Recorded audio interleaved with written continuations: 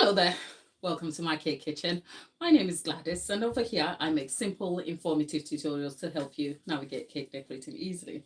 I also create baking tutorials live, talking you through a specific baking task, ingredients, and all stuff in between, handing you useful information to help you navigate your own baking processes at home with all the confidence. Today, we're not baking, we're making Swiss meringue buttercream, but I am facing one of my fears, making faux Swiss meringue buttercream, which is Swiss meringue buttercream made with raw eggs. I'll correct that. Not exactly raw uncooked eggs, but with pasteurized eggs. The premise of that essentially eliminates having to cook the eggs over a double boiler, bringing the egg whites to a safe temperature, which rids it of bacteria, makes it safe to eat, and eliminates the possibility of foodborne bacteria in the egg whites. So if you've been on this channel, you would have seen me undertake a ton of tutorials and in different forms and formats discussing Swiss meringue buttercream, the science around it. It is my go-to buttercream, and I have talked about that in detail over here. But I've also made a point of saying, even though there's an alternative to Swiss meringue buttercream, I haven't always been keen on it simply for the fact that it uses raw eggs, and raw eggs is misleading. It's not exactly raw, but it's pasteurized, which means the eggs are gently treated with heat to bring it to a safe temperature where the same result you derive from cooking the eggs over a bain marie is done for you. So this is raw pasteurized eggs that have been bought from the shop, and it makes the process of making this type of Swiss meringue buttercream a lot faster, easy, efficient, and it's very beginner friendly. So whilst I have made Swiss meringue buttercream, the very technical, not beginner friendly type of Swiss meringue buttercream, I am attempting to make this for the first time. And for most part, first of all, I don't know what the result is going to be, but I am completely terrified because it utilizes pasteurized eggs, which I have spoken about here, that it makes me feel a little bit queasy. So, but I know with all seriousness, I should I don't know. If you're in the chat, hello there and welcome. And if it's the first time you see me here, hiya. It's great to have you. I don't announce my lives at all, so it's always a pleasure when I can see you in the chat trying to interact with me. So hello to all of you in the chat over there. I can't stop to acknowledge each one of you, but I'll be back talking about catching up with you in the chat. And if you have questions about what I'm doing here or any cake related or baking related buttercream questions, drop them in the chat and I'll be back to answer that. It is because it stops interfering with the processes, and I'm able to focus on the task and still make time to talk to you over there. So good evening, good afternoon, good day, wherever you are. Such a pleasure to have you. So let's come back to the subject of faux Swiss meringue buttercream. So I have known about this Swiss meringue buttercream for a little while now, and it stands almost in parallels with actual Swiss meringue buttercream. But like I said, because it uses pasteurized eggs, I've been a little bit queasy about it. But hey, on my research, it has so many pros, and the cons do not seem to be so concerning, especially when stacked up against some of the adverse effects of other buttercream options. So the intention today, if you've been on this channel, you will know I discuss an intention for why I'm undertaking a task and answer a specific baker question. And because in terms of buttercream, there are various buttercreams. If you don't know what buttercream is, where have you been? There is a lot on the subject of buttercream on the channel. But essentially, buttercream is an accompaniment to your cake, and it adds to taste and flavor. It performs different functions. But think about buttercream as the sauce on your burger, right? So for a cake, buttercream is the equivalent of sauce on a burger, and depending on what burger you're having, you may want to choose a different kind of condiment that matches your burger. So there are various forms of buttercream, and buttercream is not only limited to the one, which is either American or Swiss or French. There's quite a varied options, and I think I can, on top of my head, think about 8 of those. Out of the 8 of those, I have almost spoken about the stability and where they range on the spectrum.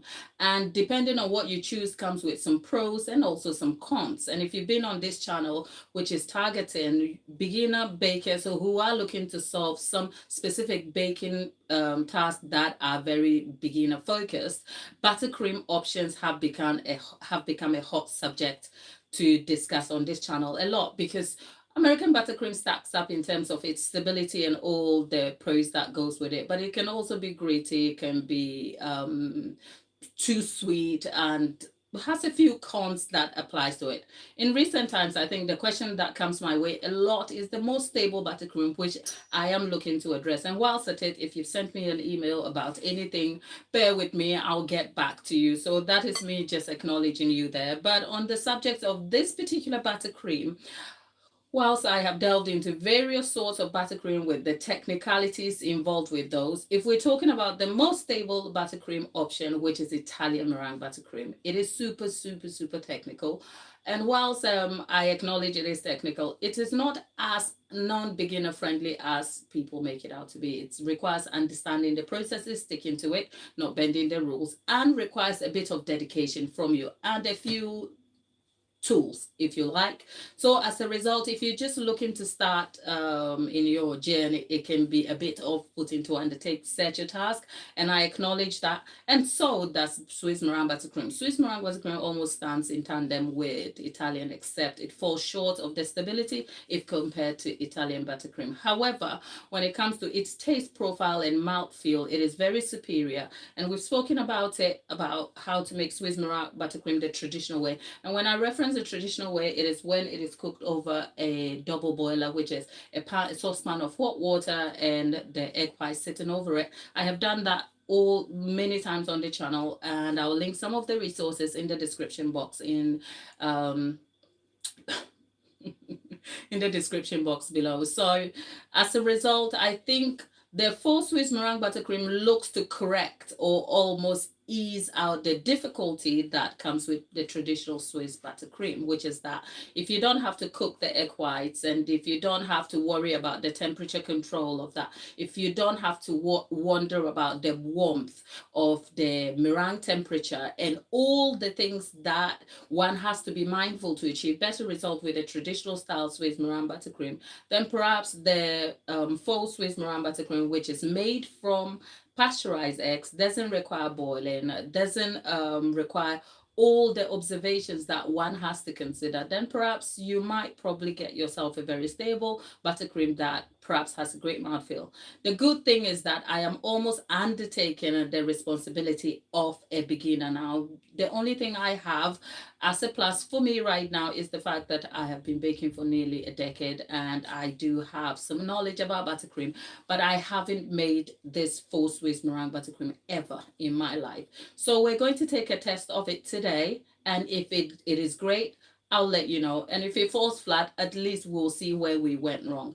But in my research, I found out that there is no specific recipe that is nailed down. I think the quantities and ratios of egg whites to sugar has varied. So to kind of make it safe for me, because then to kind of get the best results out of it, I would have had to undertake this Swiss buttercream and test it, have a batch, run, observe, tweak things if possible, and then come back and hand you the recipe.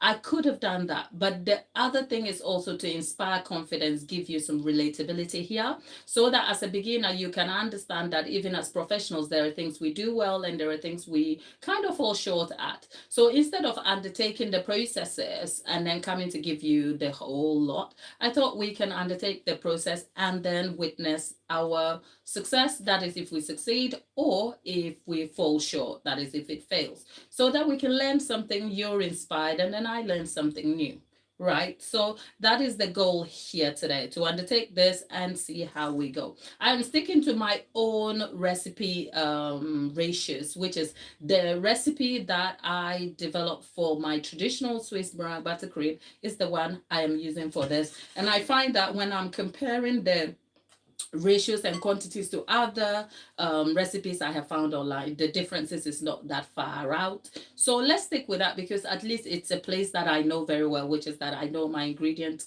composition and measurements here. And I'll see if that turns quickly to a very good outcome for me. And if it doesn't, I'll probably come back and pull a reliable recipe online and then we can see how that goes. So if it's your first time here, hopefully we get to experience what it is like undertaking a project first time. Because as a beginner, at some point you're going to start from somewhere. So whether you are picking up a recipe from your most reliable independent baker or you are finding one online, today we get to see what that feels like when you land on that spot. So over here, a few differences with the faux and traditional Swiss buttercream is essentially the ingredients. For traditional Swiss buttercream, I would have been using raw egg whites. Now, the main difference is that obviously the pasteurized egg whites are pre-treated to ensure that the bacteria is eliminated and it's safe and rates of any foodborne illnesses here, right? So that is a good thing. It obviously, as noted earlier, eliminates having to cook the eggs. But when I was doing my research, interestingly, I found some recipes that required granulated sugar to be added today, which was kind of interesting.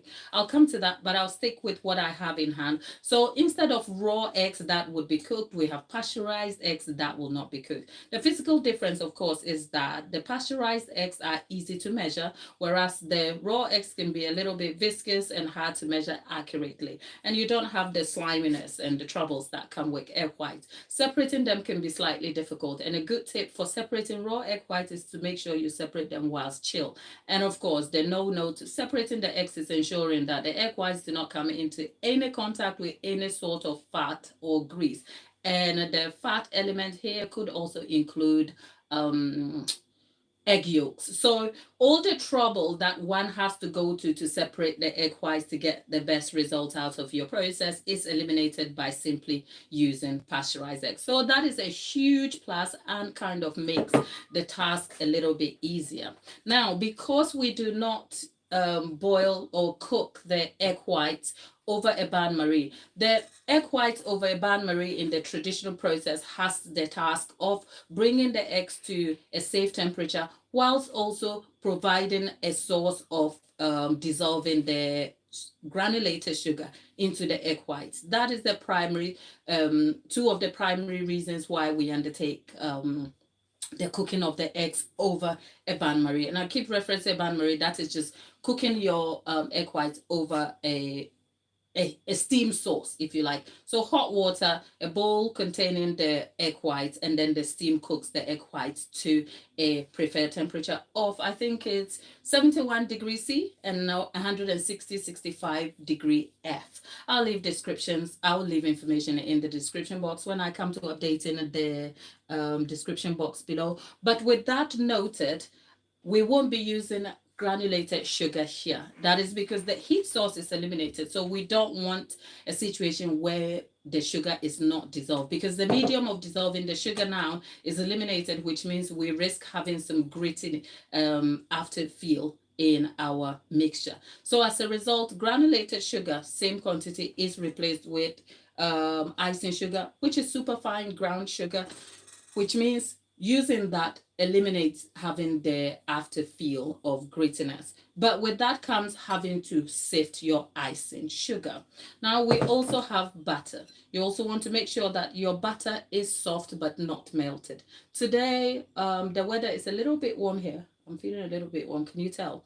And I left the butter out for a little while, and I've had to kind of keep putting it back in the fridge back and forth just to make sure that the butter is of the consistency.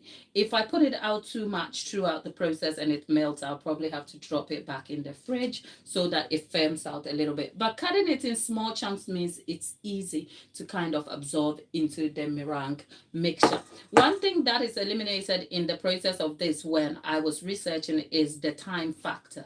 With the traditional method, time is really key. Observing the visual cues of how the egg whites are cooked over the bain-marie, transition transitions to the meringue processes and what one needs to observe until the meringue whips to stiff peaks before introducing your butter is all key to getting the best result out of Swiss meringue buttercream the traditional way. However, for this, I think you have to whisk the mixture for about 8 to 10 minutes, and then you add your butter and perhaps whisk it for another 4 to 5 minutes, and that's you done. So perhaps a 15 to 20 minutes cook done time, and you have yourself some buttercream here, and that takes a little over, let's say, 10 to 15 minutes prep time altogether. So you're looking at a total of, let's say, half an hour solid from start to finish, and you have yourself some great tasting, stable, not too sweet buttercream that will yield you great results. And for that, that's not so bad. Whereas Swiss meringue buttercream, the traditional way, can take a long time. First of all, you have to spend a lot of time wiping your elements, which is your cooking utensils and all that things that will come into contact with your buttercream with vinegar. A process that is completely not eliminated in this. So I've gone ahead and cleared all my utensils, including my bowl here, with vinegar so that it is degreased. I have spoken about the degreasing process and what that means in the Swiss meringue buttercream process in detail in various videos, which I'll be linking down in the description box. Unfortunately, I've ended up like putting grease on my hands, so I'm going to wash my hands quickly and I'll take some chat, and then I'll come back and then we'll start this, because the moment the mixer starts going, it will be hard to kind of talk, and it has to go for about 10 minutes before we do anything else. So I'll be back shortly.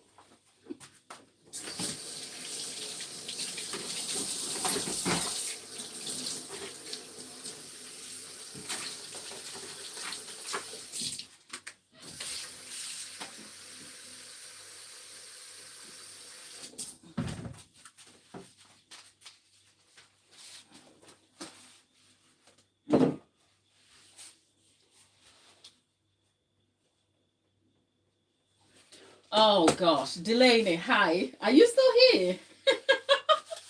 I've had a whole week off, Delaney. Delaney is our current moderator at this moment in time. So yeah, hi, Mr. Slice of Cake from South Africa, and Omeso. Dolly, hello, and Kofi Crusher. Coffee, hi there, and Juliet, oh, from Colombia.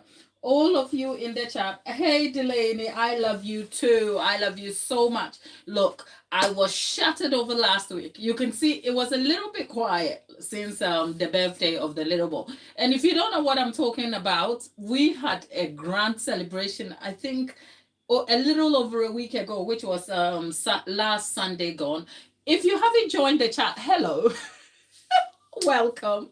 And if you haven't considered subscribing, join the community here. We are so positive, and we support each other. There are a few people in the chat that we catch up. Well, it's not a few people. It's open to you all, but there are regular people who kind of stay in touch, and we're like friends online. It's amazing. The goal here is to provide a community of support for you during your baking journey. And if you don't enjoy baking, but you enjoy someone who bakes and the processes and just wants to come and support, you're welcome. Thank you in advance. And there are a few people in the chat now, including Dolly, a baker, a business owner, and a few other people who undertake baking and want to progress. And the goal of the channel is to support those efforts, right? You're not paying for anything. In fact, what you can do to support us to be able to continue giving you value is to hit the subscribe button. And whilst you're watching this video, on the top, if you're watching this on a tablet or on your phone, on the top right corner, there are 3 dots over there. If you click on that dot, it will give you a drop-down menu with icons and a thumbs up button. You want to hit that thumbs up button so that YouTube is alerted to know that you're having a great experience being here, or you're telling YouTube that you find some value over here. By so doing, it is able to put that video in front of fellow bakers, because here's something, my value proposition to you, away from this for a minute, right? You wonder, why do I do this? Well, many years ago, before I became a professional baker making 3D cakes and talking all things cake, I was once a beginner. And in fact, YouTube was my first point of call to go to, even before I undertook a baking class, right? I came across several tutorials of experts and very kind giving tutorials where people with so much knowledge gave their all and their best. And from there, I was able to pick some information that would set as a foundation for me to start with, even though my first cake collapsed. Hello. But I went on to take baking classes, and with so much learning and repetition, I built some confidence through the competence of repetition. And here I am nearly 10 years later. So in the 10 years, even starting on YouTube, I used YouTube to teach myself YouTube, from editing to making content. So being on the platform has given me a lot, and I'm kind of open to the notion of what other people may also need. So this is my contribution to give back to most of the tutors who gave to the community from which I earned. And I feel so passionate about that, that whilst we aim for you to build your skill through courses, classes, mentorship, sometimes when you're starting out, one cannot afford that. And that's the simple fact. When I started, I had a main job. I had other commitments in my life where income was very tight, and it would have been really, really difficult to on the go invest in anything like a paid course, even though eventually I did take classes. So the goal about these tutorials, I don't just make them, and most of the people in the chat will tell you that whilst I love to stay interactive and keep you engaged, the real goal here is to undertake the task, focus on it, and hand you valuable information that is tested, true, and reliable, because the live is what it is. The only editing that I get to do on the live is removing the hollow sounds, as in the quiet times where a mixer is running or I'm doing something rather mundane. But otherwise, you get to see me undertake a task. So if I'm handing you a recipe, you can come back here and see me test and try that recipe. The results are shown here on live. You get to see what I do, and by so doing, you get to walk away knowing that you have been part of a process from start to finish. So like I said, whilst I can undertake the testing of this recipe in my own time, which I have done several times, I have a ton of information about things that I have actually tested, and you'll be amazed if I began to tell you. But the goal is always to inspire you with the information whilst you're part of the process, so that on leaving here, you can come back and have this as some form of educational resource, which reliably can inform you and also inspire you to undertake your own baking or complete a particular task with confidence. So that's the intention here. So you can support that effort by subscribing to the channel. Not just subscribe because I asked you. Enjoy the videos. Every time you get notification for it, stick through it, because that is one way YouTube also gets to support me, by probably paying me a little ad money, which goes back into the business, and then we keep growing. Okay, so you do that. And yes, for you all in the chat, Delaney, Mr. Slice, and all of you in the chat, thank you again for being here. Now that's enough of talking for the evening. Let's get on to making this buttercream. So the simple thing about this buttercream is that you have the egg white straight away that goes in, and then you have the sugar that goes in too. Interestingly, I can't tell you what this will taste like or feel like, or I know nothing about it, so which is a bit scary, but it's also a good way to start. So I am going to add some cream of tartar here. Cream of tartar stabilizes and helps in the meringue formation process. So there's the egg white in there, and there is So to start with, I'm just gonna let this turn on slow. This better not like fall apart on me. I will be mad if that happens. Right? So and we're going to start mixing this on slow so that the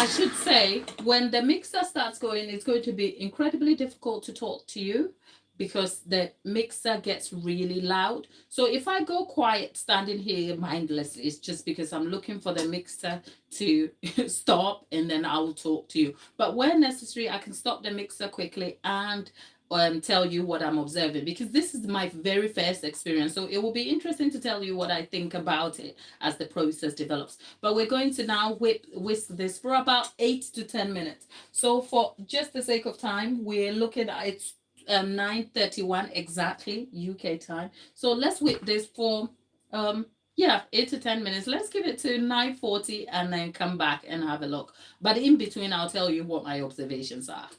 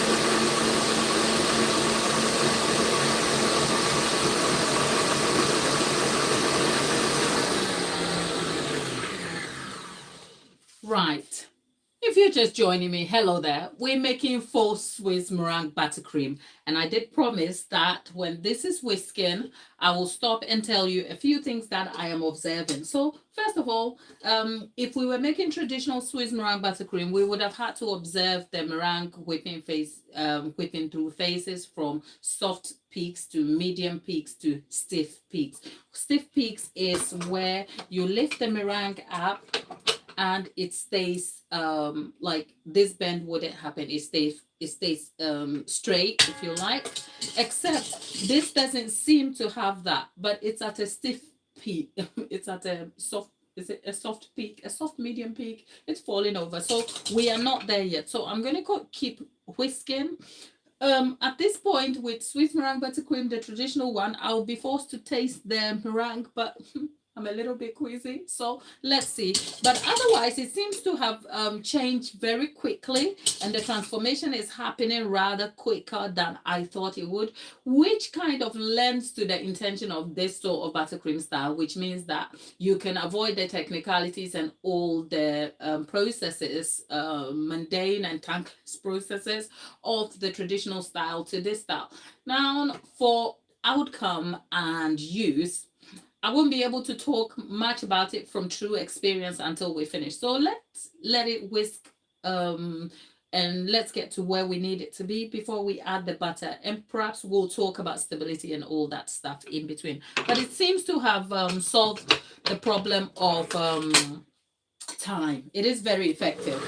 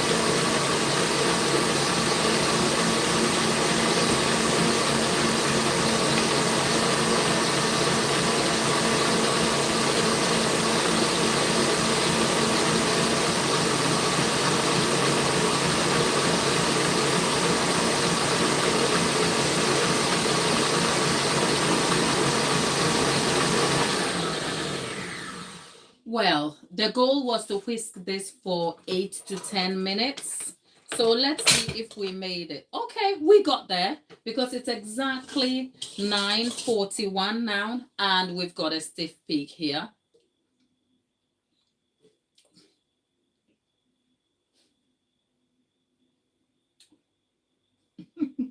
You know what? My fear about the queasiness is still there, but I think that is more in my head than it is a thing because we have a stiff peak here. And also another thing in this process is that if I was making traditional style buttercream, Swiss buttercream, Not only would I be waiting for this to whisk to stiff peaks for the butter to be added, but key to the process is ensuring that the whisking also cools the meringue in the process, ensuring that the introduction of the butter will be safe so it doesn't melt and break the batter structure, if you like. None of all those considerations are important if we're employing this. So efficiency, time, and effective for beginners who want to undertake this process. So we're ticking some good boxes here on the making of Faux Swiss buttercream. But in the chat, Dolly, who is a regular here and is so supportive of us, is in the process of building up her business, and at the moment she is undertaking the building of the setting up of a website, and she says uploading the content with prices is so stressful. Dolly, I want to give you a hug and say yes. When I decided, well, let me just get this out of my face so that I don't feel like I'm hiding behind this. When I, okay, let me just talk through this and let this whisk for another 2 minutes, and then we'll add the butter in, and that will be it. So when I decided to make cakes and transition to become a business, I didn't know there were aspects I was going to hate. I still hate it. Deriving a whole website, even if you did employ a professional to help you with setting up their website, which I did at the beginning, you still have to produce and derive the content. So in hindsight, this is what I'll do if I were you. But I think you're so late in the system. All I want to say to you, just stick with it and know what you're doing, and hopefully focus on the results. It's hard now, but you're going to feel a lot better when your website is finally set up and you look at it and you're like, oh gosh, these are the work of my hands and I'm so proud of myself. So Dolly, this is a cheer and some support to you. So if you're in the chat, send Dolly some love, put some heart emojis or thumbs up to just send her some encouragement, because you know what? We all signed up to making cakes. I love making cakes. The processes and the science and the teaching of cakes as a subject is very exciting to me. But as a business, there are absolutely things I hate. I still do it. And I think if my customers, those of whom haven't had the best of experiences with me, were to talk to you about it, I'd be such a horrid business owner. But that is not because I want to be horrid. It's simply because there are aspects I don't enjoy. You could wake me up in the middle of the night to talk about cakes and I'll scratch my head and be straight into it. But ask me to derive content for websites and prices and accounting and all, like, oh, what is that? So Dolly, you're not alone in this, and I wish you well. And if there's anything I can do to help you, just catch me in the community post and we can chat some more about that. And if you have further questions, just drop them up there and I'll be happy to talk to you about it. One thing I was saying though, if I were to do that today, say if I was starting up as a business owner, for those of you who are in the chat and are looking to start like as bakers and hoping to transition, even when you are uncertain, pick yourself, say an A4 sheet, right? Say A4 sheet, like a booklet, and dedicate that to your ideas and start putting your concepts in there, specifically how you want your website to look like. And whilst you're deriving that, derive your statements and contents in their rough formats over there. And then the closer you get to establishing your intention about how a website should look, you should then start organizing the rough work you had done. You could start this 2 years before you even register your business. Because if you know you want to become a business owner and you have an idea of the goals you want to achieve, it doesn't come one day. And if you wait and let fear cripple you, when you get to where you want to get to, it will become overwhelming. So deriving the content whilst organizing pictures and also having to forward that and sort out pricing all at the same time can be a lot. Whereas if you knew sooner to organize your website content, as in your descriptions and prices and products long before. You can almost always tweak your gallery photos over time as you build your repertoire, right? So you can have a collection. So for me, what I did was I had a gallery organized in my Google Drive that had the photos specifically organized for me. So over time, in fact, when I came to building my website, I had too many photos to choose from, but at least I had the photos organized, right? So it wasn't having to go back through my phone to kind of organize those. And I also had an idea about what the website will look like in terms of content. So by the time I came to getting somebody to set up the website for me, it was way easier, even though at some point it was still hard for me to organize specific content like, say, my terms and conditions and stuff like that. So perhaps, Dolly, you're a little bit too late in for you to utilize this, but focus on the outcome for yourself and you'll feel so proud and feel better. And think about it as this is the less joyous part of the process, but it's part of the process of achieving something anyway. So just focus on that. This is not going to be long term, it's only temporary, and then you'll be done and you look back at your website and you'll be very excited about what you have achieved for yourself. So good luck with that, and let's go and whip this for another 2 minutes before we add the butter. Yeah.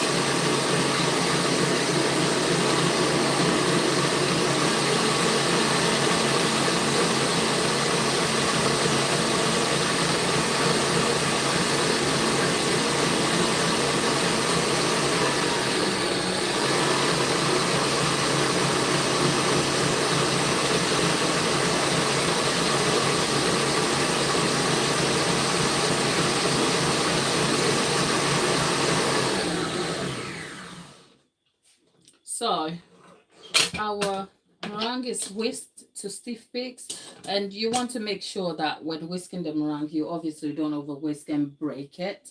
So I think at this point we are done, and we're going to add our butter in small chunks. I have been making my traditional style Swiss meringue buttercream. I have dumped the butter in, but since this is the first time process, let's try and stick with the rules. So our butter is soft. I'm just adding it in little chunks.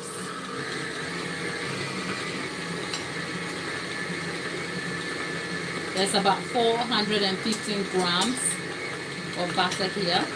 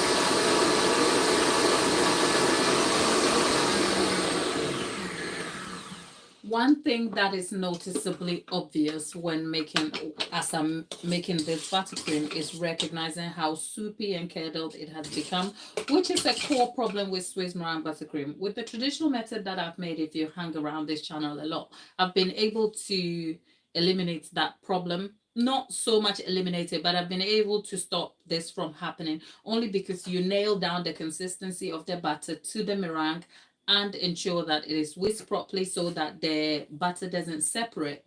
So sort of the emulsion doesn't separate, meaning you get a more stable emulsion, because when the butter separates from the egg, it means the liquids and the fats are broken and the binding ingredient is supposed to hold it together, in which case it has either fallen apart because the butter structure is too hard and solid to mix in, or it's too soft and has turned soupy. That's essentially the idea of why you either get soupy or curdled buttercream. It's of the premise that if you continue whisking whilst increasing the temperature by keeping the bowl warm, it can help bring it together. Or if it's falling apart because the butter is melted, if you chill the bowl, it will come back together.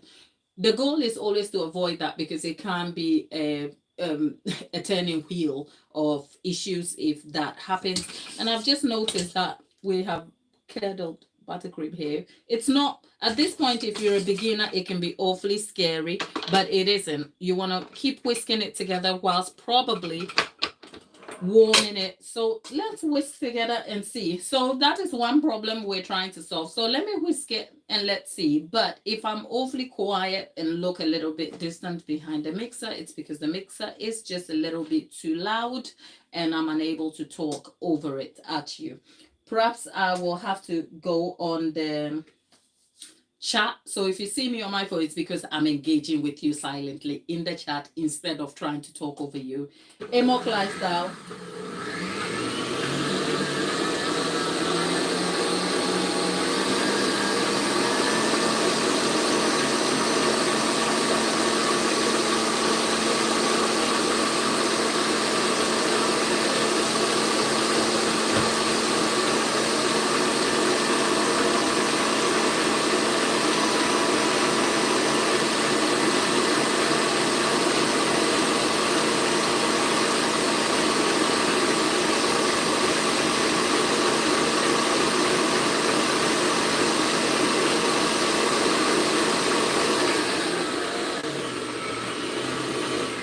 Oh my, wow. I'm impressed. It's come together.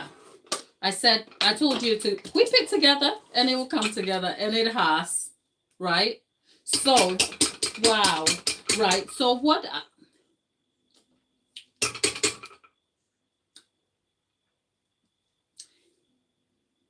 terms of mouthfeel, it isn't that bad. Wow. Okay. What we're missing is a bit of salt and vanilla. So I'm going to add that. Amok's Lifestyle, hello there. Thank you for coming back. She's a regular here. You interested in the website discussion? Look, let's finish this and I'll talk to you some more about it. Okay, I'll tell you exactly what I did. I don't know if I would generally recommend it, but since I've been on this tutorials, and my hope is to bring you useful information, I'm actually hoping I will get in touch with some of my contacts and see if I can derive some best practices and advice for you in terms of how you can get the best experience, because mine came with some shortfalls I will be talking to you about in a moment. So Amok Lifestyle, hang in there, but welcome. And let's add a pinch of salt to this and add some vanilla, let it whip, and then turn it to a whisk paddle attachment. And perhaps we will be piping a few details with this buttercream so you can see how it holds. So we're going to get a holistic view of this buttercream, its stability, mouthfeel. We've already determined the process is rather easy compared to traditional Swiss meringue buttercream. So there are some highlights and good notes to take on this one. So let's finish that up and I'll be back again to talk to you. But like I said, if you see me quietly in the background as if I'm looking a little bit distant, it's because I'm quietly trying to catch up with you in text form in the chat as well. So you're welcome.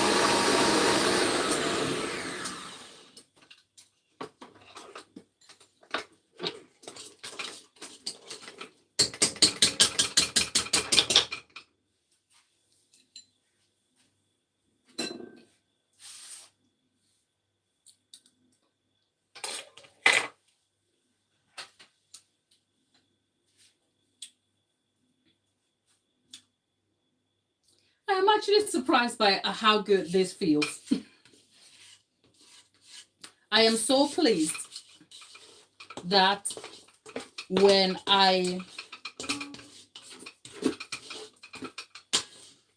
my concern about this buttercream was set in my own preferences.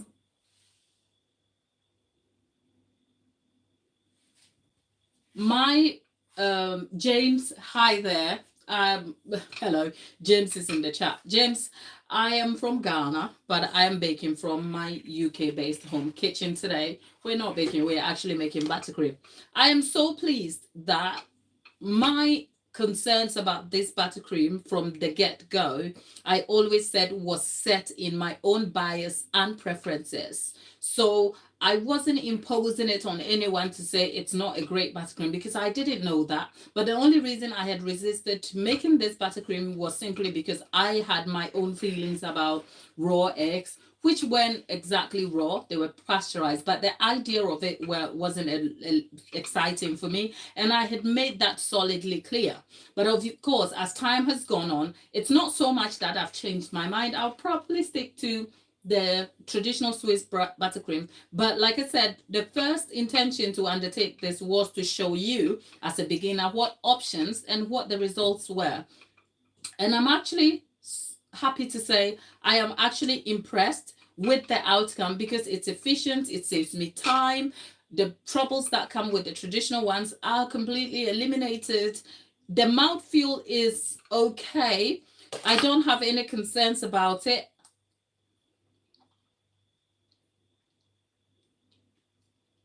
In my buttercream, my Swiss buttercream, I add a bit of sugar to cancel out the buttery mouthfeel.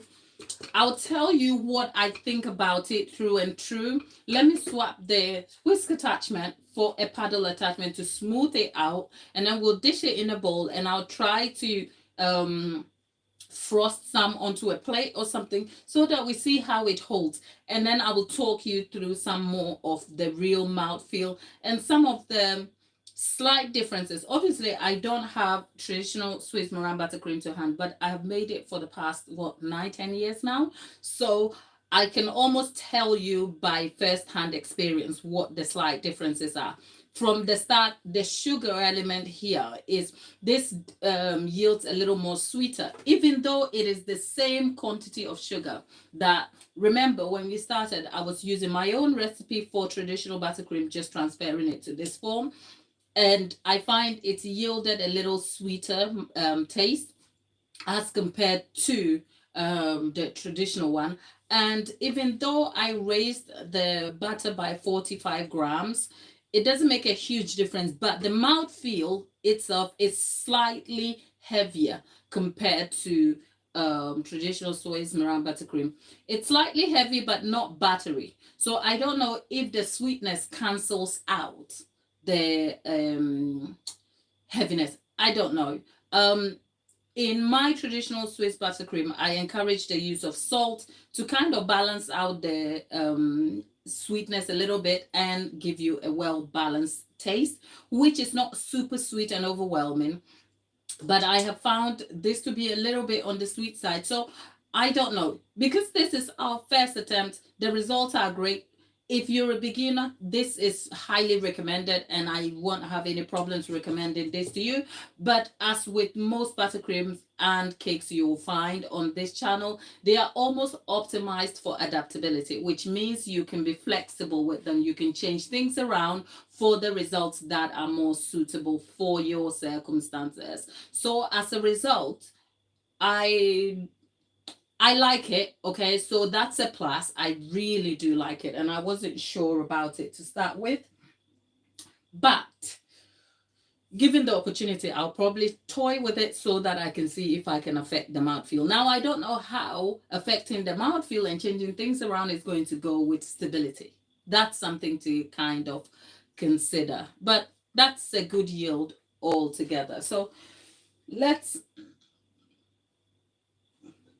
change that to a paddle attachment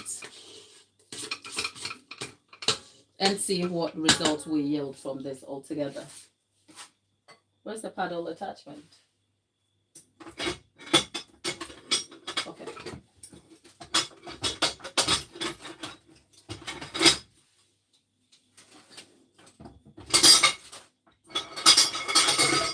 Okay, we have a paddle attachment. And the paddle attachment is just to smooth things out by running it on low.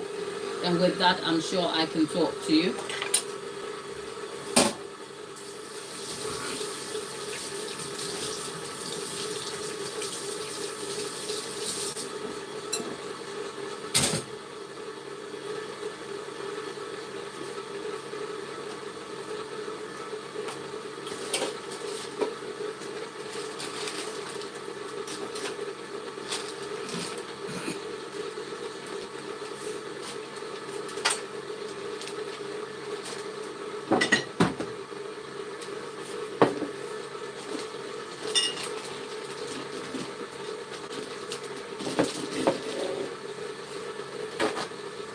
Miso and James and all of you in the chat, good evening again, and thank you for spending your evening, your day, your morning, and wherever you are choosing to stop in this live stream. Whilst you're at it, support the channel by joining the community here. Subscribe to the channel. If you don't know how to do that, find the homepage and hit the subscribe button.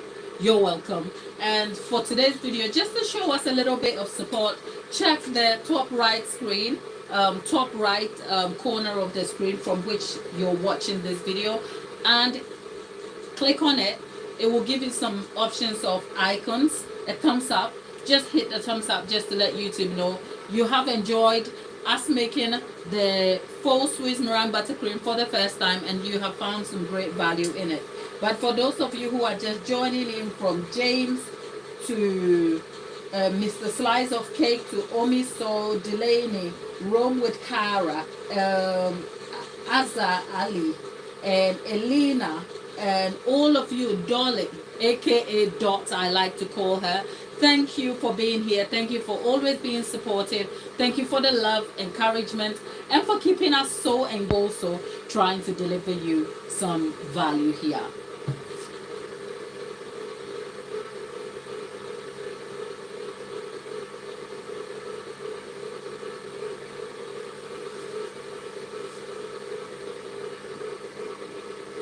So what I'm trying to do now is to just slow things down and let this, okay, right.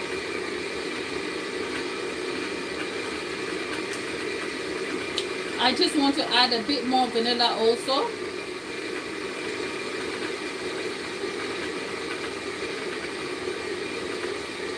I really cannot believe how quickly this has come together.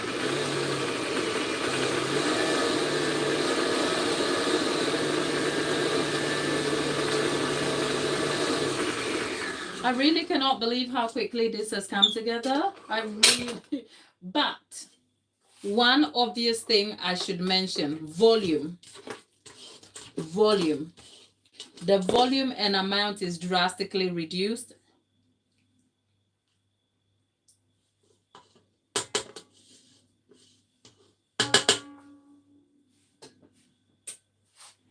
The mouthfeel is so smooth and sweet in a way that is slightly different.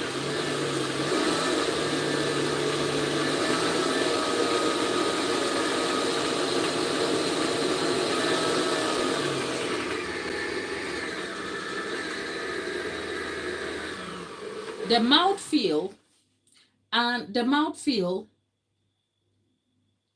and sweetness is a bit like a heavy cream with some, it's heavier than your Swiss meringue buttercream. You can feel that, but it doesn't feel like a lump of butter on your tongue or something. Not that at all, but it is still heavy and it's sweet tasting. So it's on the sweet side, which is why I said I'll check this. I'll go back and have a look and play around and see what results I derive from it. But an obvious thing here is the quantity of yield. It is almost half of what would have yielded if I was looking at doing this traditional style.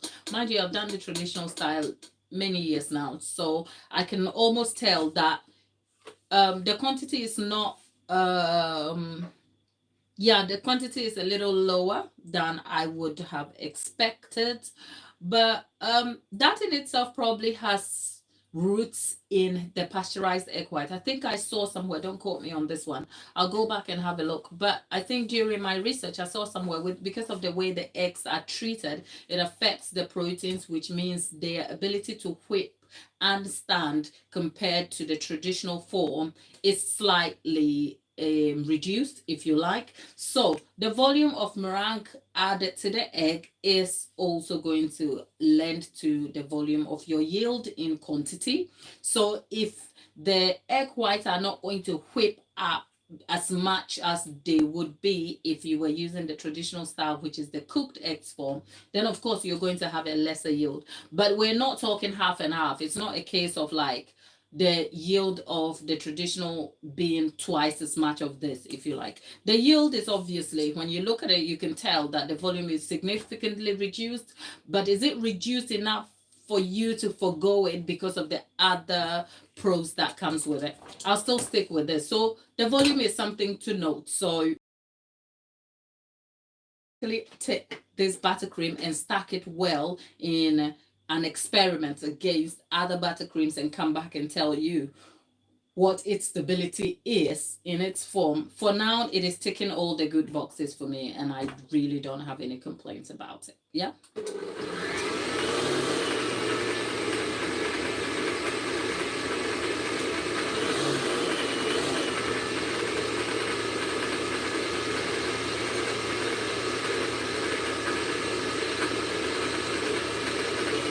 With that said, I think I will leave it as that, because if I was making this on my own in my own time, I will probably slow the mixer down and let this the paddle attachment go for up to about 10 minutes. But then again, volume is affecting it in a way where I kind of think, because the quantity is so small in there, the mixer is struggling to get into it and to cream it better for me. So I think at this point we are done with the buttercream. I am going to dish it out into a bowl so we can see. And then what I'll do is I'll try and pipe some of it for us to see how it stacks up. Mind you, it's a little bit warm today in here. So stability should be of concern, especially in this weather. But in the chat, hello Viv. Viv, how are you today? It's been a quiet week, isn't it, since our birthday celebration for the little boy. I went away. Look, if you're a bit queasy about us using our hands here, you want to look away now. I've washed my hands and I'm going to wipe my hands clean. But I hate wasting my buttercream, so I'm just going to use my hands to clean it up. And I'm going to dish the buttercream into this glass bowl here. And I'm going to try and pipe some of this out for us to see. And then we can tell what it looks like. And by so doing, we would have tried the buttercream in here. But just so you see what it looks like. We have, yeah, it is very firm too. I am, well, let me not overstate it, because you know what it's like. You try some, maybe because I am bowled over by my own bias, because I really wasn't sure going into this. I am pleasantly surprised, so that is coming through. But those are the reasons to undertake these challenges, because I can always come back and give you a perfectly curated tutorial in long form video that is fully filmed and edited. But I don't feel as though that will give you the holistic experience that I really want to give you about the process, because the difference here is that you get to see me undertake the process and then you join me. And then we get to do it all together. So this is our buttercream all done now. So for this quantity, something I did, I will leave you further information in the community post so you can see, because I will, what I'll do is I will measure the yield in terms of grams.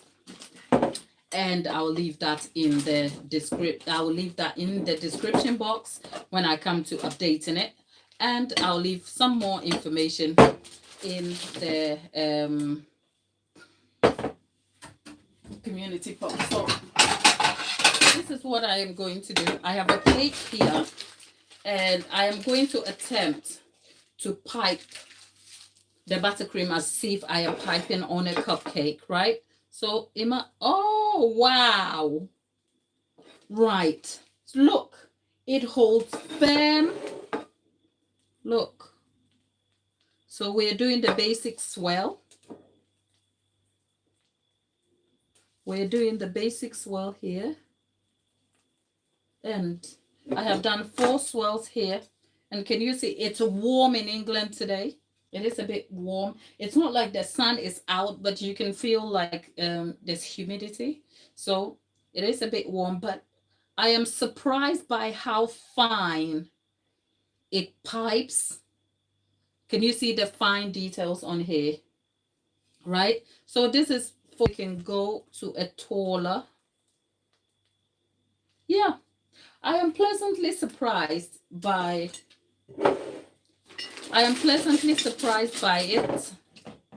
And let's see, I am going to swap that for a smaller piping tip. Right, and let's see. Right, let me get another plate. Right, let's see how defined details we will get from there.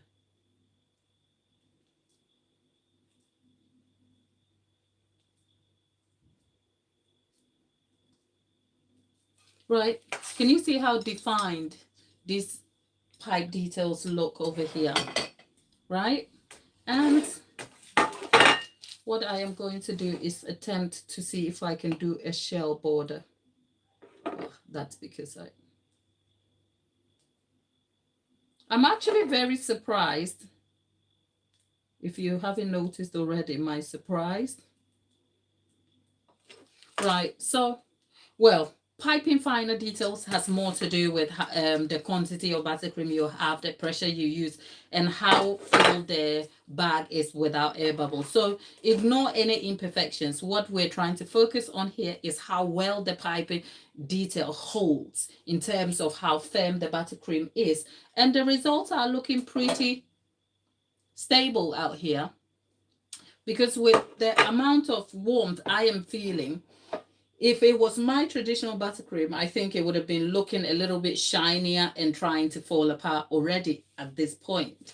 Whereas this seems to stack up well. You know what? I probably have to go back and do some research and see why that is. Because let's not forget that the icing sugar used in this context contains some cornstarch, which is the anti-caking ingredient, and how that lends to the meringue formation process. Because for you to have some body and form to the meringue, that is if you're making pavlova, you know. So traditional meringue is just the sugar and egg whites whipped up together. But if you're making pavlova or a meringue that needs it form and body, sometimes I think in certain recipes or what you are aiming for, you're supposed to add a bit of corn flour to the recipe so that you can derive a form and structure to your meringue when it bakes. So with that intention in mind, I don't know if that lends to the firm and body that we have derived here, the firmness and body that is derived for this buttercream. I am quite surprised about that. I will be interested in some of the science-based food channels discussing that. That will be an interesting topic here. But this is actually really exciting, and the results are really, really good. So for anyone in the chat here who is a beginner and completely new to the experience of Faux Swiss buttercream, I am here to tell you, go try it and see for yourself. I know perhaps if you're in warmer temperature zones, And in the tropics, it can be awfully difficult for any type of buttercream that has a high butter quantity in it. Stability. Look, the most stable buttercream is stable until a certain point when it's affected by weather conditions, adverse weather conditions for that matter. So I will bear that in mind. I am in England, so that is not always the issue. But in the summer months, in the 3 days of summer, hello, I have had a cake literally sliding to the left and straight on the floor. I cannot tell you some of my experiences with that. So yes. So for those of you who are just joining in and wondering what type of buttercream is this is the Faux Swiss Meringue buttercream, which is sort of the fake Swiss meringue buttercream. It is Swiss meringue buttercream made with pasteurized eggs instead of cooking the eggs over a double boiler. You've obviously seen me undertake Swiss meringue buttercream on this channel. The difference is that you don't cook this egg white. You just add it to icing sugar and then continue with the process, which I have just completed. And the results are actually really, really good. I cannot overstate that. So let me wash my hand quickly. Somebody was saying in the chat, it would be lovely to have it on a cake. Yes, it would be lovely, but I don't have a cake to hand, and I'm more interested in letting you see the experience of using it. If I was piping it on a cupcake, it would be the same way as you see it. So minus the cake, I just want you to focus on what it looks like when it is used. But let's see.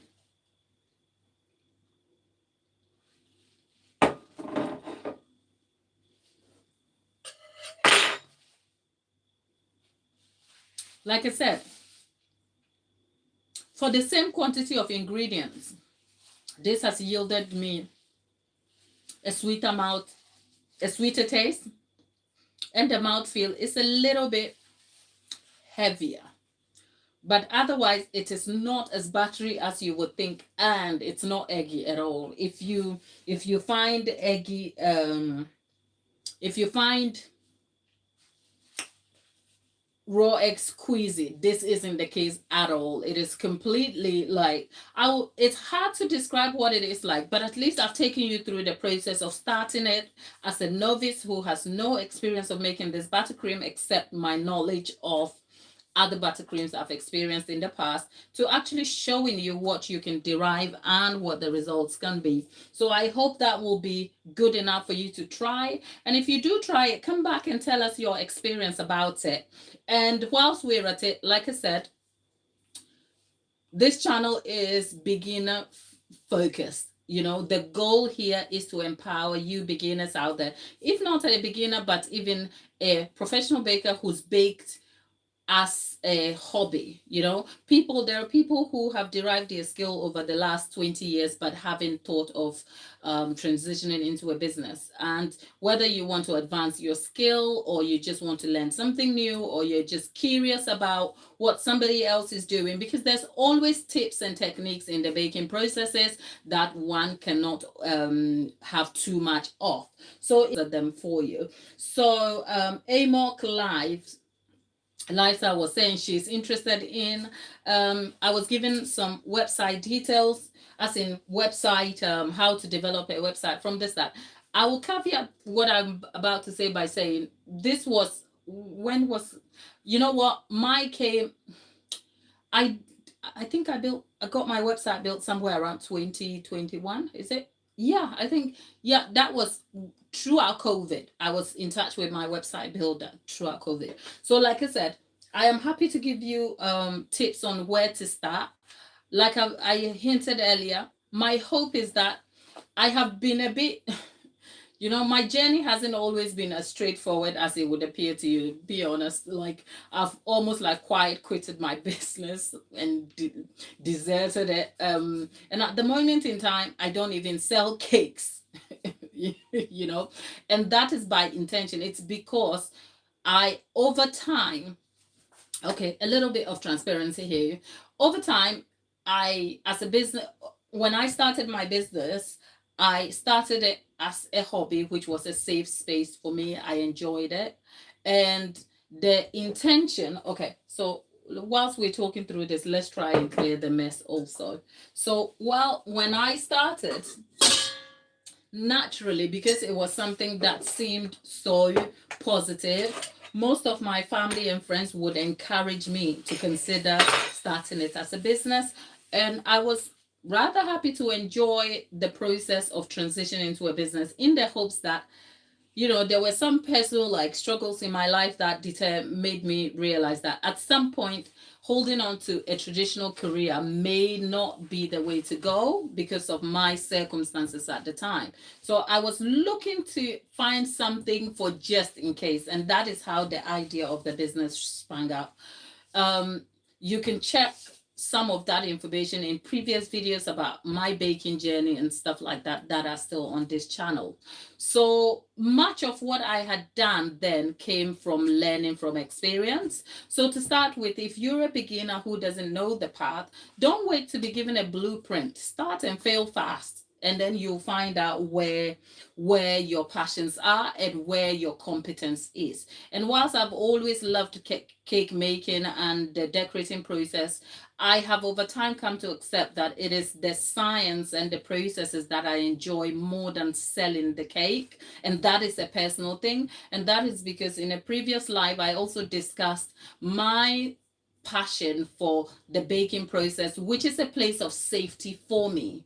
I am innately a baker for the soothing aspects of it. It is very soothing, it is very therapeutic, and awfully sometimes that can be in conflict with the business, which is if you're trying to sell the elements that is very soothing to you, it can be very difficult to manage the inner conflicts that has come as a result of that. And it took me such a long time, perhaps throughout my entire time of running the business, of failing and hating myself and complaining about it and being awfully confused, that I'm sure most people who had known me throughout my baking business journey were just as confused as I am. Because one minute I loved cakes, and the next minute I want to do all these great things with the business, and the next thing I'm like, oh, I can't do it. And that learning and making those mistakes and understanding my own passions has led me here. And I think as far as the business of baking goes, my passion is in the teaching of cakes. My passion is deriving the processes, enjoying the therapeutic nature of quietly mixing and matching things in my own time at home, and then coming to tell you about it. And the end result is when I derive all of these things and they end up becoming a cake for either a customer or a loved one, that is the excessive joy I derive from it. I don't know if that kind of, you can relate to that, or that kind of makes sense. So as a business, my joy and income is set in what I am doing now, in the one-to-one classes, in the mentorship programs, in the tutorials, and hopefully in the hopes of, say, recipe books or a baking book, something in the future, if you like. But otherwise, my core interest of selling cake is not something I enjoy, and that has nothing to do with the income aspects of it that can be limited. That is more to do with recognizing that I like cakes as a soothing element. It is something I enjoy innately, passionately, and I derive a sense of joy that I want to protect. So with that in mind, I am only telling you this after failing so much and recognizing this in real time as time has gone on. But in the past, in 2001, when I decided that I thought I needed a website, I didn't have the resource. I didn't have a clue where to turn. So I probably wouldn't advise you to do this now, because the reason why I'm sharing this with you today is so that you can avoid the mistakes that I made then, right? So what I did was I hired a contractor via Fiverr, right? Now that can be awfully difficult.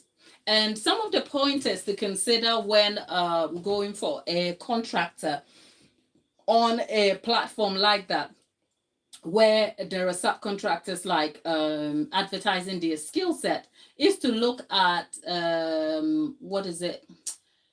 the certification and how do I sometimes they get a banner or they get some sort of what's the word? It's equivalent to getting the blue tick or verification. Yep, that's the word I'm looking for. So you want to make sure you do your homework about how to verify them through the reviews that they have received or the sort of placement they have on the categories in the on the platform, because Fiverr will have, say, Fiverr Pro or certain you have certain things you want to consider before employing a contractor. Like I said, I was very naive back then when I hired the contractor, because I didn't know anything about website. I knew nothing about web hosting.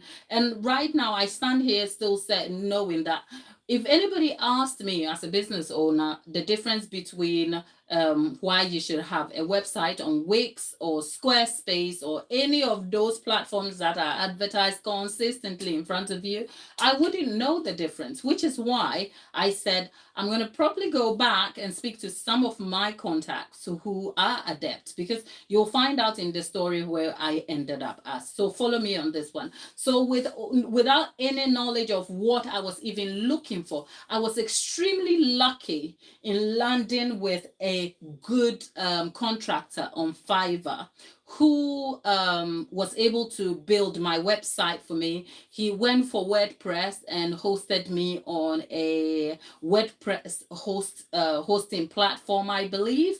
And he built my website professionally set in a way that could only probably function with a professional tending to it for me. So my website appeared great, but innately it had certain faults with it because it was set up for a professional. But the guy who built my website, I would later come to find, did an amazing job, because what happened is that because I had started without any professional knowledge and just trusted him, he put his whole passion into it.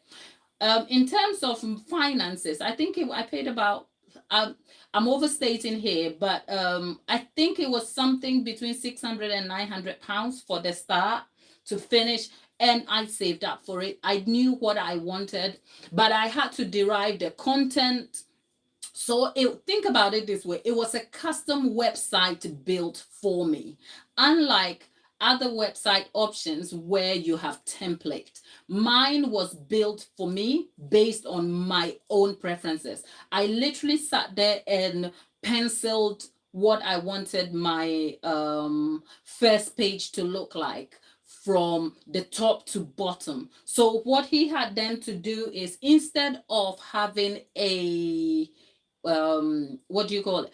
Instead of deriving or finding a template to suit me first before determining how we can plot the products and elements on it, he had to take my idea and go find a template perhaps that was suitable for my idea and then maintain the original idea. So to this day, when I look at my website, and you can have a look at it by going to my homepage on this channel, you'll see a link to my website. It's gladysgourmetcakes.co.uk. If you click on it, it should derive the website for you to see, and you will see that the website is set there, and that was the original website he built on the WordPress platform for me. So when I look at the website, I was really happy because it was my idea in website form for me, right? So it was a custom website built for me for such an affordable amount. I understand now that there are different alternatives now that can almost eliminate all that hassle. But bear in mind, like I said, I undertook the project as a novice with an idea, and nothing else to go. I could have fallen for a scam. I could have fallen for somebody who wasn't as committed as this guy. And to this day, I give him credit for the good job he did with the website. But like I said, it came with some innate faults with it. And the fault was that it was, because it was a WordPress, it wasn't beginner friendly. It wasn't set up in a way that I could optimize myself. And I had no knowledge of SEO, ranking, none of that. It was such a standard website built for me. So how did I change that? Well, I learned over time the faults that came with it, because then it would be hacked a lot. Like there was something about it that occasionally would let it like disappear on offline, and I will have to get in touch with him and he will reset it for me.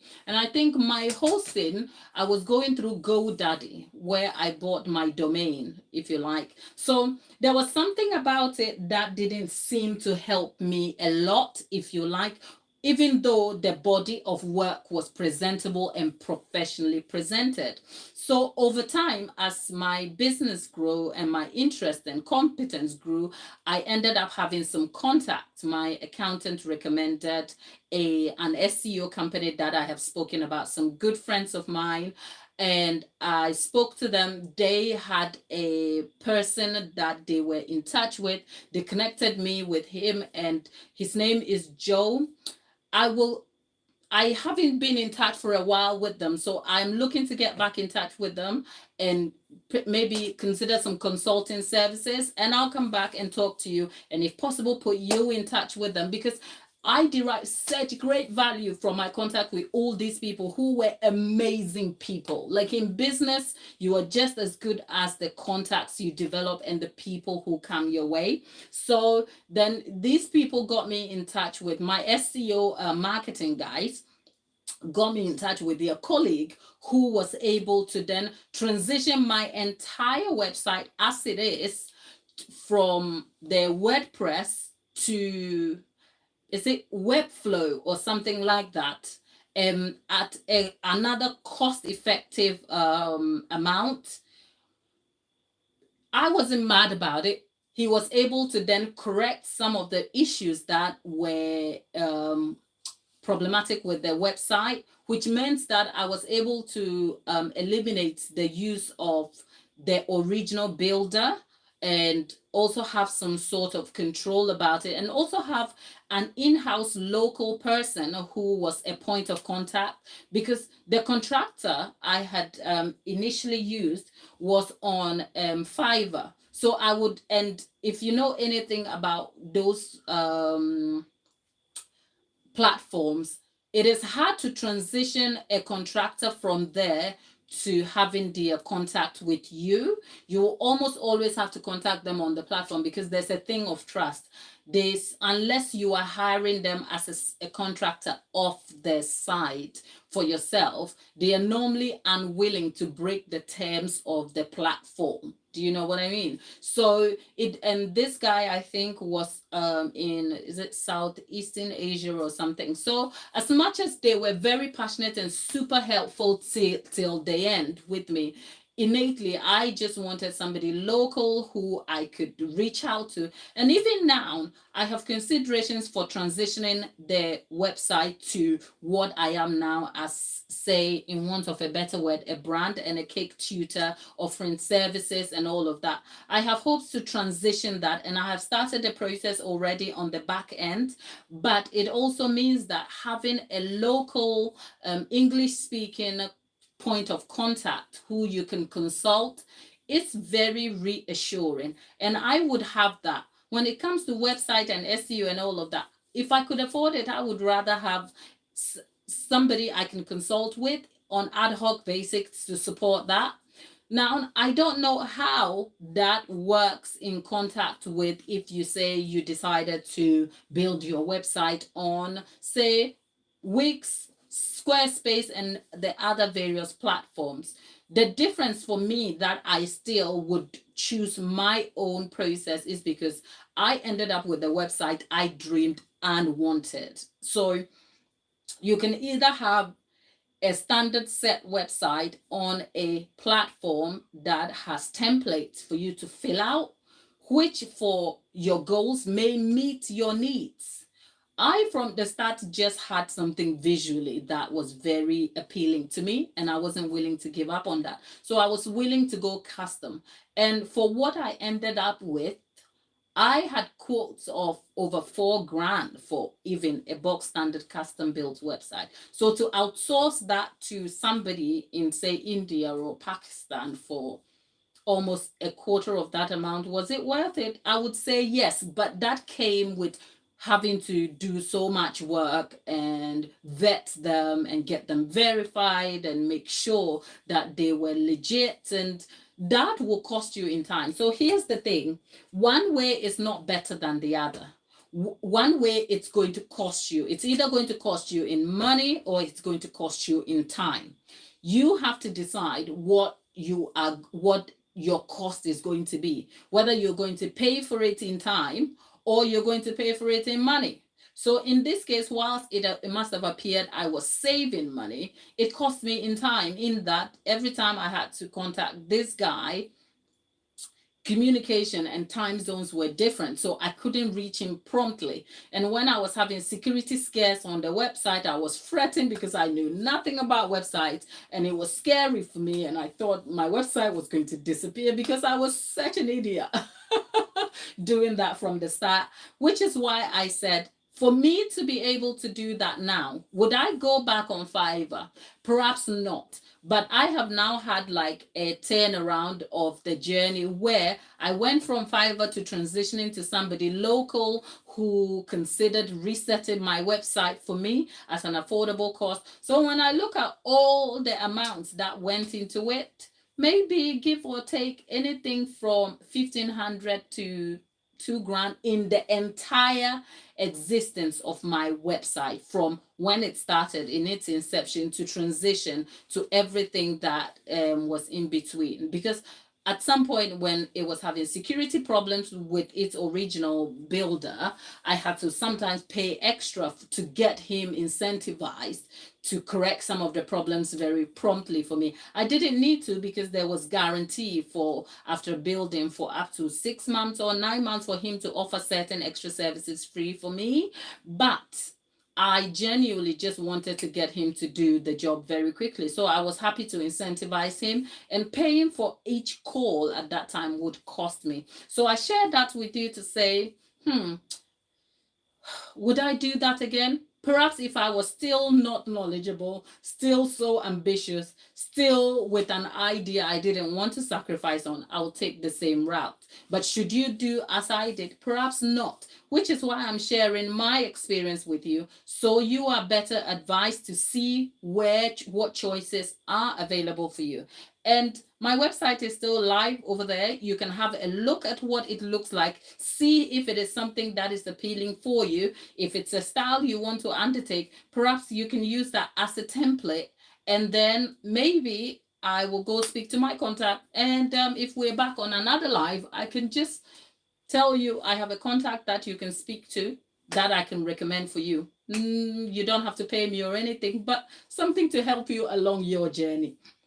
One thing I do know though, whether they're deriving it from a template for you or they're building it, you still have to produce the content. So back to the subject of the content. If you know you're going to have a website in the future, perhaps start deriving the concept and content from the day you think about it, which is why I'm saying, even though I have hopes of transitioning my website from what it is now to encompass the brand of Gladys Cake Kitchen, I recognize I have a lot of work to do even before I engage the services of a website builder who will derive the new format and ideas for me. So for all of you in the chat,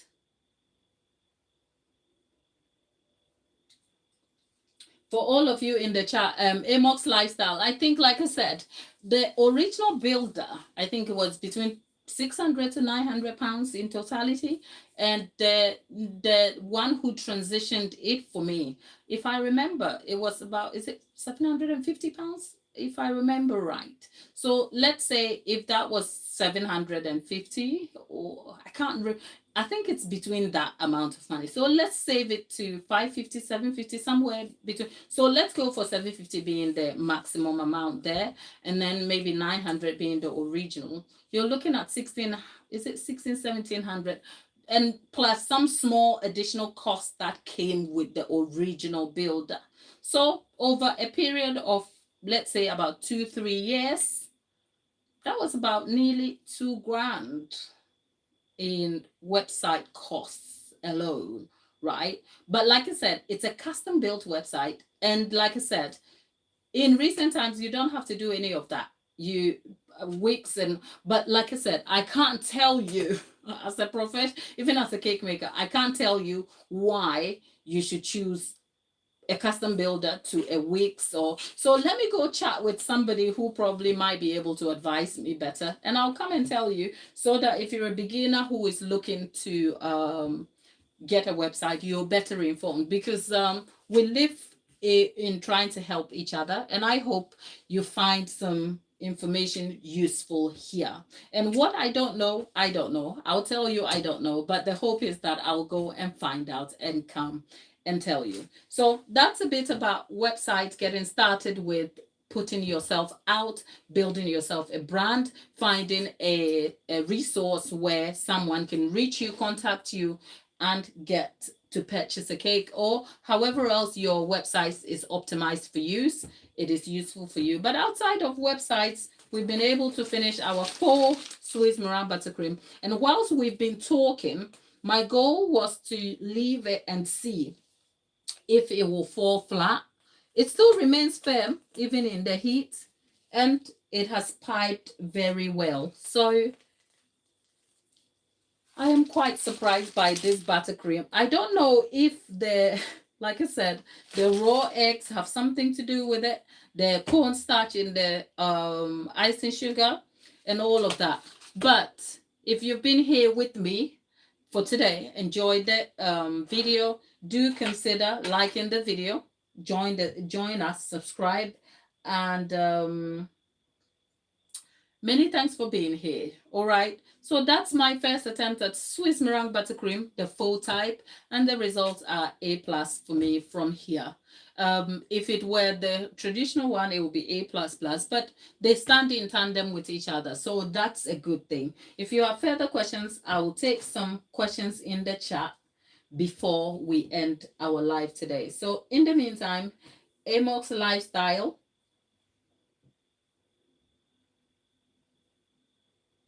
My dear, you know what? Good thing is that my part of the UK, we are not experiencing any of that. But my heart goes out to the other places where there is unrest, and I hope we can all find some resolve. So thanks for thanks for the concern there, Amox Lifestyle. Thank you for that. And if you are joining me in the chat and you are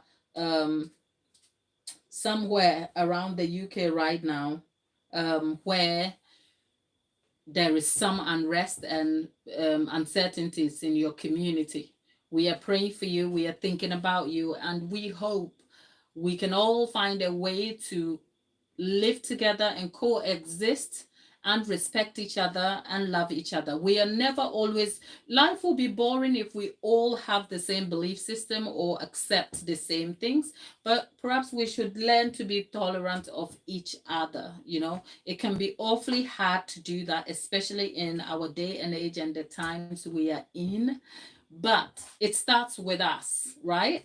I don't have to like everything you do, and you don't have to like everything I do, as long as there's not an immorality to it, right?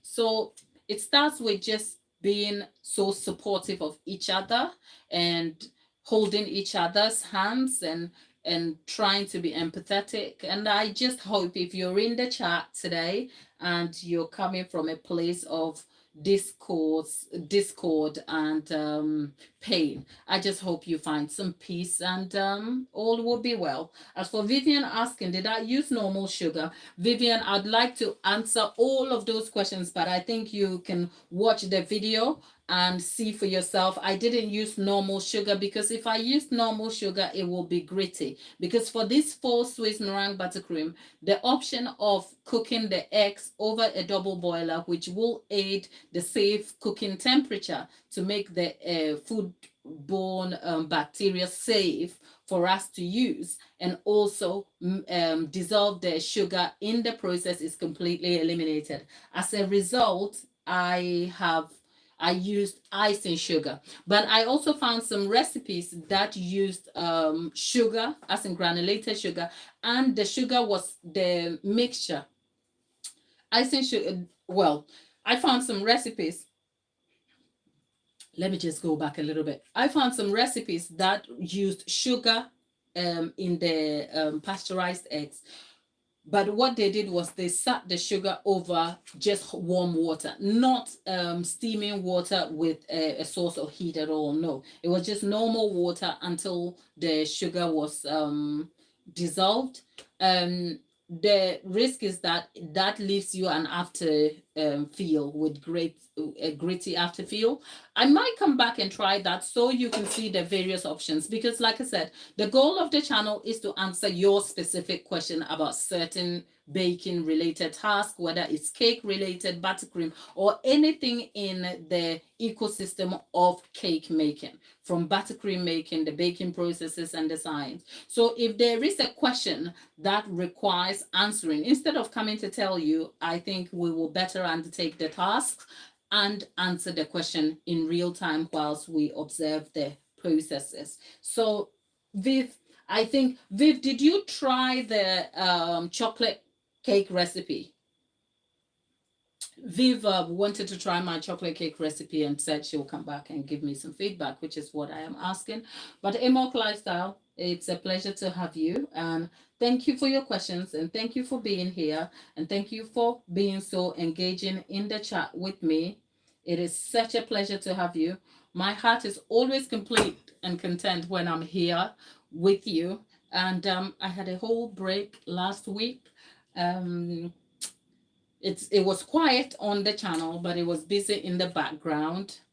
Let me know if you want the buttercream series to continue, but let's continue the chat in the community posts, and hopefully I'll be back sometime this week. If I'm not back tomorrow, I probably will be back on Wednesday. My hope is to come back. Okay, Viv, do you want to tell us about your experience with the buttercream, the cake, and what you thought? Because I am invested in knowing what your results were. Yeah? So I'll wait.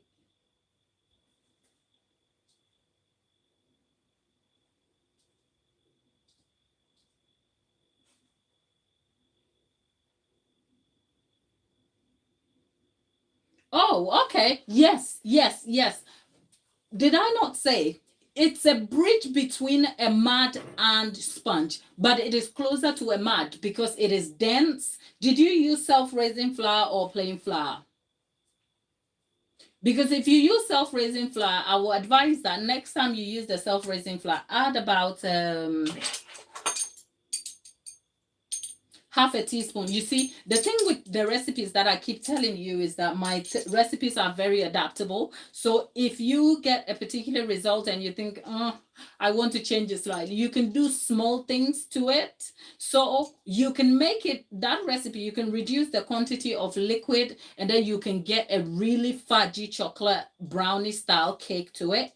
But you can keep the same quantities and you get like a chocolate mud cake style. Or if you want to get the option of a sponge, not a lighter sponge, but not as dense as you derived it, you can add about half a teaspoonful of baking powder to your self-raising flour, right? So what did you use? Self-raising flour or plain flour with leavening? What was your option?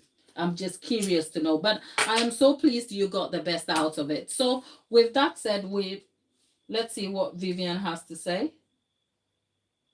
You used plain flour, which is why you got a mud cake. The recipe didn't say plain flour, did it? if you look at on the, if you use self-raising flour, it will be lighter than a, with the plain flour. Viv, did you add rising agent to it? Because I can guarantee on the channel, you would, it says self-raising flour, that doesn't it?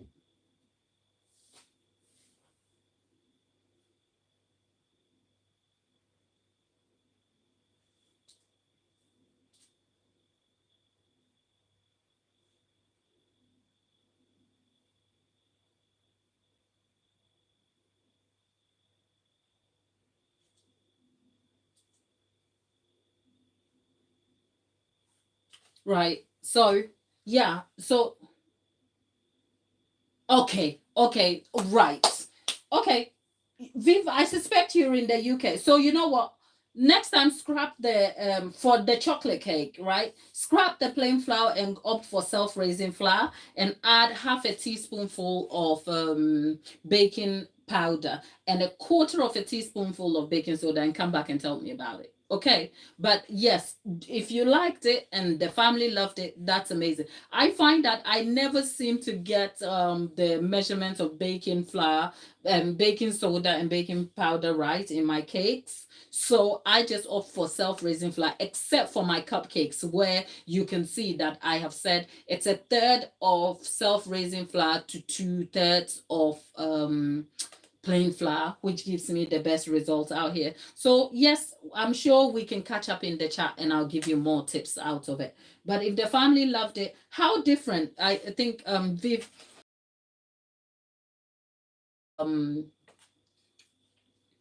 how different was this result to to the chocolate cake you would have gone for naturally?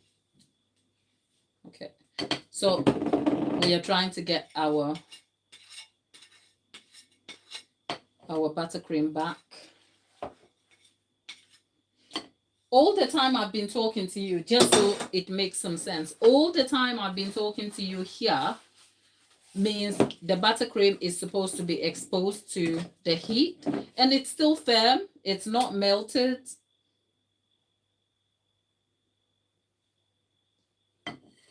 Right. Okay. So Vivian had some great results with her chocolate buttercream, chocolate cake recipe.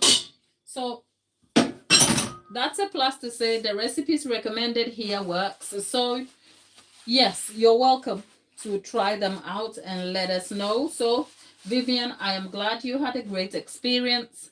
I am sure we'll be catching up again. And if you're just joining in, we just completed a batch of Faux Swiss Meringue buttercream. That was great and all, but we're over now. I'll be back in my next video. Thanks for watching.